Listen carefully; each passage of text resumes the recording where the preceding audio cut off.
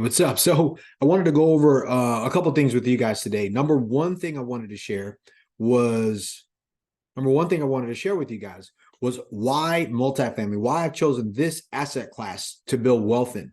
As you guys know, I've been doing real estate for over 20 plus years. I've done over $59 million worth of real estate. And all of the money that I've made that's been super successful has typically been through multifamily properties. Because it generates revenue and income. But why multifamily that I'm looking at it? So I wanted to share this with you guys because I thought it was important. If you look at the economic and demographic trends in this country, in the United States, we have really the middle class. The biggest class in the United States is the middle class.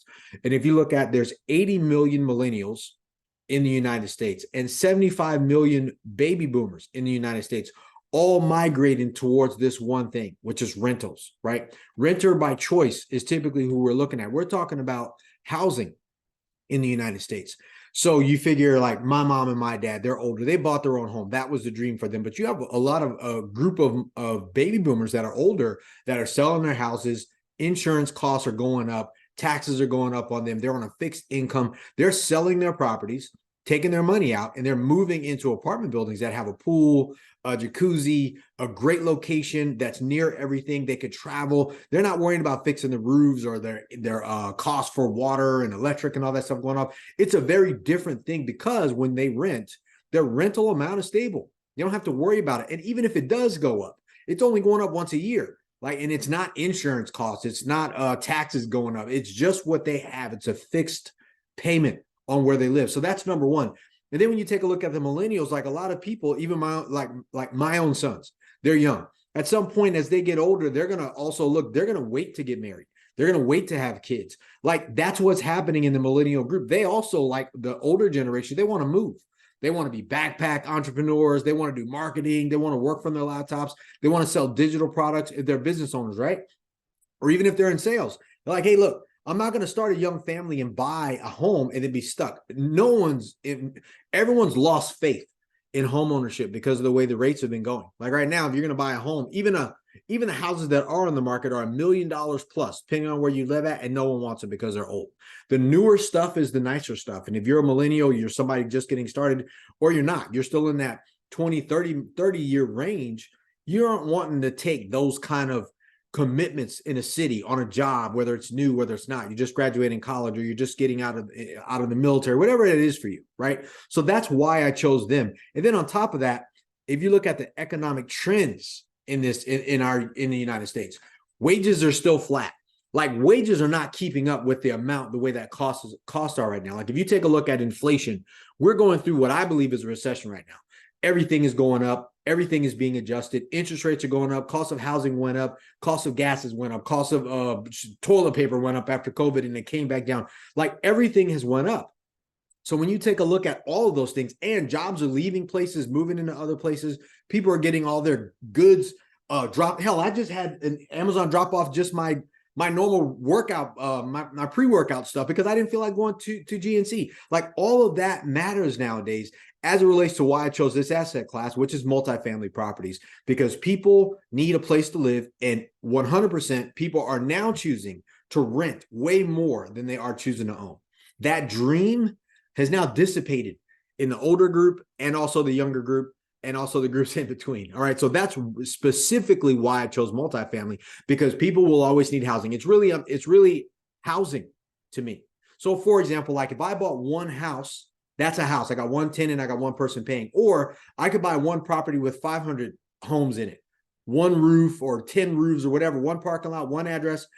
And all of those people that are paying are kind of like my customers. So would you rather have one house with one tenant renting, paying you, or would you have one big property with 500 tenants paying you every month like clockwork and they're not moving, right? With professional management, a beautiful swimming pool, a business center. That's the difference when I think about multifamily and when I consider multifamily apartments as an asset to be able to invest, create generational wealth long-term and build a business around. All right. So that's why I chose that asset class. So on the other piece that I wanted to share with you guys is why now. So this one is good because you guys can see this. So this is very important. So the number one thing is there's a correction going on in the marketplace right now. interest rates are happening, inflation is going on crazy, like prices for goods, prices for everything is shot up. And people aren't making a lot more money. As a matter of fact, unemployment or employment is actually coming down, which is, if you listen to the Fed and you watch all the stuff that they're doing out there, they're doing that on purpose. They're forcing interest rates to come. People are stopping to spend money. Cost of goods have went up. Businesses are slowly but surely cutting down because they can't keep up and also maintain and also keep paying people and doing the things that they do. You buckle that up with, a bunch of people who just want to work from home. Like, sometimes you're in a business where that is not indicative to how your business is going to grow. So that said, that is all a part of this giant correction that we're going through right now. But as it relates to real estate, there's like, at least on the list that we have, and I'll drop that later as it relates to the list that we have that we kind of look, and it's a proprietary list. Don't share with anybody. But that list alone in San Diego County has $2 billion worth of real estate of loans that are maturing. $2 billion worth of real estate debt on apartment buildings, beautiful properties. Those debts are maturing within the next 18 to 24 months. And I got another list that the debts on there, and it's a lot bigger because they're bigger assets. Those debts are also maturing over the next 18 to the 24 months, pushing off into 2027.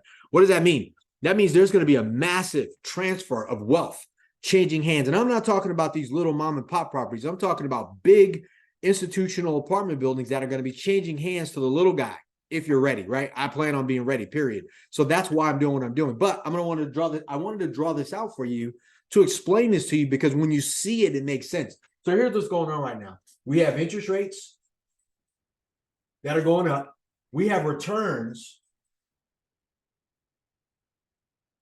that are also being demanded right now on this person, right? These are the apartment owners, right? They're sitting in the middle of these apartments. So now what these guys do, like, this is how real estate works. These guys go off and they raise money, and then they get bank loans. So they raise money from their investors. These investors, they're going to pension funds. They're going to CalPERS, like the state pension funds. They're going to sovereign funds. They're going to endowments like a Harvard endowment, right? Billion-dollar funds. They're going to them and say, hey, man, could you give me 2 million? Hey, could you give me 10 million? Hey, could you give me 5 million? This is what's going on out there. This is how real estate works. All right. So now they may say, hey, let me borrow this money, and you partner with me. You lend it to me as an investor in these apartment buildings that we bought, this portfolio of assets. They borrow a certain amount of money. They go, hey, we'll pay you back in 5 years. Now, if you guys have been tracking what's been going on, just last year, rates used to be somewhere around, let's just go 3%. Somewhere around 3%. Today on commercial debt, they're anywhere from 7 to 8%. That's and somewhere around, some of these are 9. So you're talking about 3 times what they were, less than 3 times what they were. Now, so everybody that was here that was like, hey, we're on our last year, we're going to be refinancing, paying this back. If you got a loan on your debt for 3%, and now it's 6% to 8%, that forces you to not be able to either refinance. And if you came to market, anybody buying that needs to use debt is going to offer you less, because the cost of money is now ridiculous. It's like 3 times what it was. Like, if that was 2.75 somewhere in there, and now it's 8 and 9, that's 3 times the cost of money. That's what's happening. Now, here's what's also going on. You have the Harvard Endowment Fund that's like, hey, man, we need our money back. You promised us 15% internal rate of return, right? You have Goldman, you have JP Morgan, you have New York Life, you have MetLife, all these investors that invested money into these guys' apartment building deals are now saying, hey, we need that money back. What are you going to do? They're going to have to compromise on price. They're going to come to market with some great apartment buildings, but the price points that they're going to enter the market are going to be down. They're going to have to walk away from some of that profit to just pay their investors back, or they won't. They'll just be like, hey, you know what? We're going to toss the keys back to the bank. You guys aren't going to get anything, and we're going to move on because we're done. That happens 100%. If you guys remember 2008, 2009, that's what was happening. Then it was happening to homeowners. This market cycle, which probably will never come about again, because every time there's a market cycle that needs correcting, it gets corrected at the capital level, and then it gets trickled down. So this opportunity is going to present itself over the next 12, 24 months. It may spill into maybe 2026. And that'll be the last opportunity. That door will shut, close, boom. We will not get that opportunity again, probably in my lifetime, another 30 years. So that said, though, this is what we're looking for. The pricing is going to come down, right? So the price will come down. They're going to compromise a little bit on terms. So for price, it'll come down. Terms is going to be good. And at some point, somebody may just stay in that deal to be like, hey, look, you know what? We just want out, Victor. But we're not talking about these mom and pop deals. We're talking about deals that are anywhere from $50 to $100 million. These are going to be the deals that are going to be a game changer. This is the deals that we're going after in Bell Capital, which is why I said, if this is the new correction that's going on, but this is the play. Rates right now are up. Returns right now are being demanded back on the marketplace. It's going to keep going on. Like at some point, everybody's hoping and waiting rates come down. But even if they only went down 0.25%, which they did last week, it's not going to affect the guy that just got that debt at, like, let's say he got it at 6.1, 6.75, somewhere around the 7 range. Even if it comes down, he can't get out of it. He just got it locked down for another 3 to 5 years, which is why I said in 2027, maybe what's going on is the rates are come down maybe to, let's say they're at, I think they're going to probably be at 4. If they come down at 4, they got a choice to make. Hey, we're going to refinance, lop off 2%, or we're just going to come to market and get done with this thing. We'll make our money, take our game away, and we'll go, right? Remember, these guys have, if they just locked down, they just locked down last year, they're going to get hammered, right? Because it's still going to go up. They were at 3, 2.75. If they wait for 5 years and it's now back at 4.75 or 5% or something like that, they're still up 2%. They're not out of the woods yet. That's how this is going to work. But this is only going to matter to some of these bigger deals. But guys, this is really the simplicity of what's going on. And I wanted to share that with you because if you say, hey, Victor, why are you pushing so hard right now? Why are you raising money for Bell Capital? Why did you start this thing? You'll start to see what I'm talking about because I've waited my whole life to become a real big guy in the real estate space. I didn't want to be a mom and pop. I didn't want to buy 10 units, 12 units, 20 units, 40 unit deals, apartment buildings. I wanted to get into the really big stuff. And this is the way to do that. All right. And I know that because when you start watching how these big guys play the game, how real estate, real estate, business level real estate at scale is really done, then you see then you see where this all fits. Because I'll share that with you guys. So basically, this is how real estate works. Real estate itself, there's broken up into 2 parts, broken up into debt, and broken up into equity. Right? This is how this works. And you get your debt from banks and lenders. And here you go to the market and you get partners, right? And if you go to the bank, typically on anything that we do with any bank, we're going to get roughly about 65 to 60% of the money for any deal that we're looking at. That's easy. That's the cheapest debt in the world. Right now it's a little high, but on the average, on a historical average, commercial rates tend to range about 4% to 4.5%. That's the cost of that money on the average. Right now it's high, but it's going to go back to that, guaranteed, right? So that said, but the other piece of this in any real estate deal is your equity, and you go to partners for that. Now you can go to like JP Morgan Chase, Goldman, you go Blackstone, you go to EQR, all these different people. But this is typically how it's done. You go to the market, you go, hey, look, I got a great deal. I've already raised 60 to 65% of the money that I need. On a $50 million deal, we've already raised $30 million, right? And we're going to go 60%. We're going to raise the other part from partners. So we can, like I said, I can go to JP, I can go to Goldman Sachs, I can go to Blackstone, we can go to EQR, we can go to all these different other big groups. There's tons of groups out there that are going to invest in the properties we're going after because they're already after them, right? We're competing with these guys on these deals already. But rather than go to them, because at some point they're going to say, hey, you know what? Great. Here's what we want you to do, Victor. And they're going to have all these things these check marks they're going to want me to do. So I was like, dude, I don't want to do that. I've always been a guy that's kind of been a little bit rebellious, but I've always done what I was going to do, right? I've always done what I was going to do, and I did what I said I was going to do. So rather than go to them and have them control me, right? Because I got a buddy that I watched do a deal and had his partners that were bigger partners yank the rug from underneath them. I've had a partner that did that to me. That sucks. And I was like, dude, I'm not going to do that. I'm going to bypass these guys, and I'm going to go straight to you. And I'll just go get the deals and I'll tell you what I'm going to do. And then I'm going to help the little guy, the everyday investor like me, go off and also make money, right? Because that's what I wanted. I wanted somebody to say, hey, I got a great opportunity. Let's do that. So rather than go to these bigger guys for them, I figure I'll just go to my friends and people who know me on Instagram and Facebook and and LinkedIn and YouTube and all the speaking opportunities, people on my list, and give them the opportunity to invest in these type of deals, because I'm getting the same deals. I'm going after the same deals that these institutions and these bigger guys are. These guys that are playing with New York Life and MetLife and Goldman and JP Morgan. So like that's how these deals are put together. And that's why I chose to go to you guys, because I figured it was a lot easier for me to have this conversation. I want to talk to you. You'll never get these guys on the phone. You're not going to get Jamie Dimon and all these guys to do a Zoom during the week or to record a video and say, hey, here's how I'm doing it, and here's why we're doing what we're doing. It costs you $1 billion to just meet that guy, $10 million to open a private bank account over there at JP Morgan, and you're going to be on a waiting list, just a checking account, or you need $100 million to just get a meeting.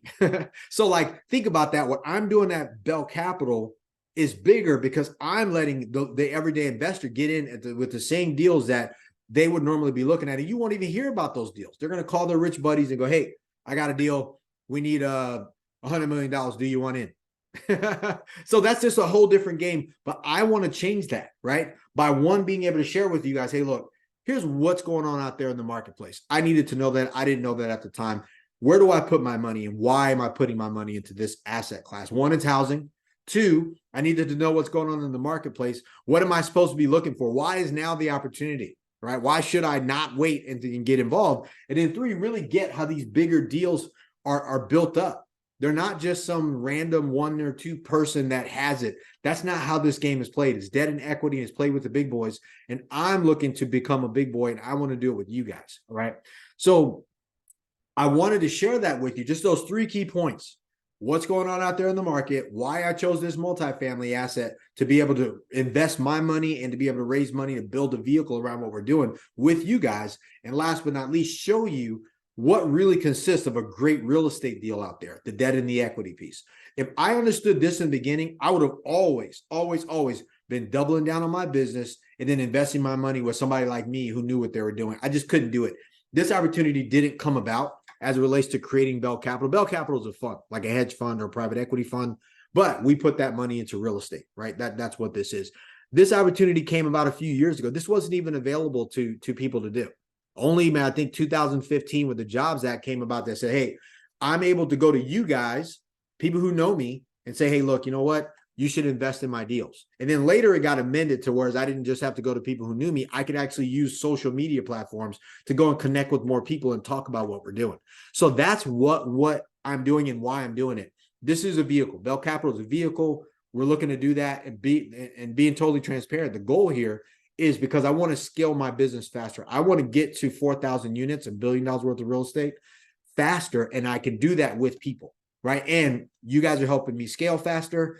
And in turn, I'm going to help you guys make a lot of money and be a part of this game. Together, we can take our properties, roll them back up, and redistribute them back to these guys and say, hey, guys, we got a ton of property. Do you want to play with us? Really, it's going to be beyond $1 billion. That's my first target. But I still want to do that with you all. So I hope this explains a little bit with you guys. First off, for very first thing is to share with you guys, number one, why I chose this asset class. Number two, why now is the time to do this thing. This giant correction that you see people talking about and all the headlines and stuff, it's not scary. We needed that to happen. And that's how it translates over into real estate, right? Rates are up. Returns are required right now. That's causing pressure on the seller to come to market on a property that he may not have ever would have sold unless these conditions on the return on the money and the cost of that money weren't the way that they were today. And then last but not least, this piece. These deals are made up of these 2 pieces. And when you get that, you just know where you fit in, right? I'm getting the debt. I'm talking to the banks. We're talking to the lenders. I'm going to get the loans. I'm going to get all that squared away. You're just going to partner with me in these deals, get cash flow. And then later when we turn around and refinance and give you your money back, you stay in the deal and still get cash flow. Or later we turn around and we sell and we double what we had in the deal, even though we didn't have any money in the deal. That's an infinite return. It's impossible for you to lose your money if I've already refinanced it and gave it back to you.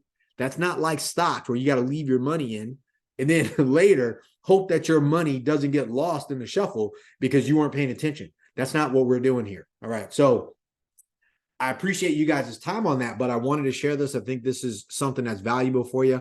If you have any questions, make sure to reach out to me. I do these videos so I can share the information, but my goal is to actually talk to you guys. I want to answer your questions myself, people on my team who want to talk to you.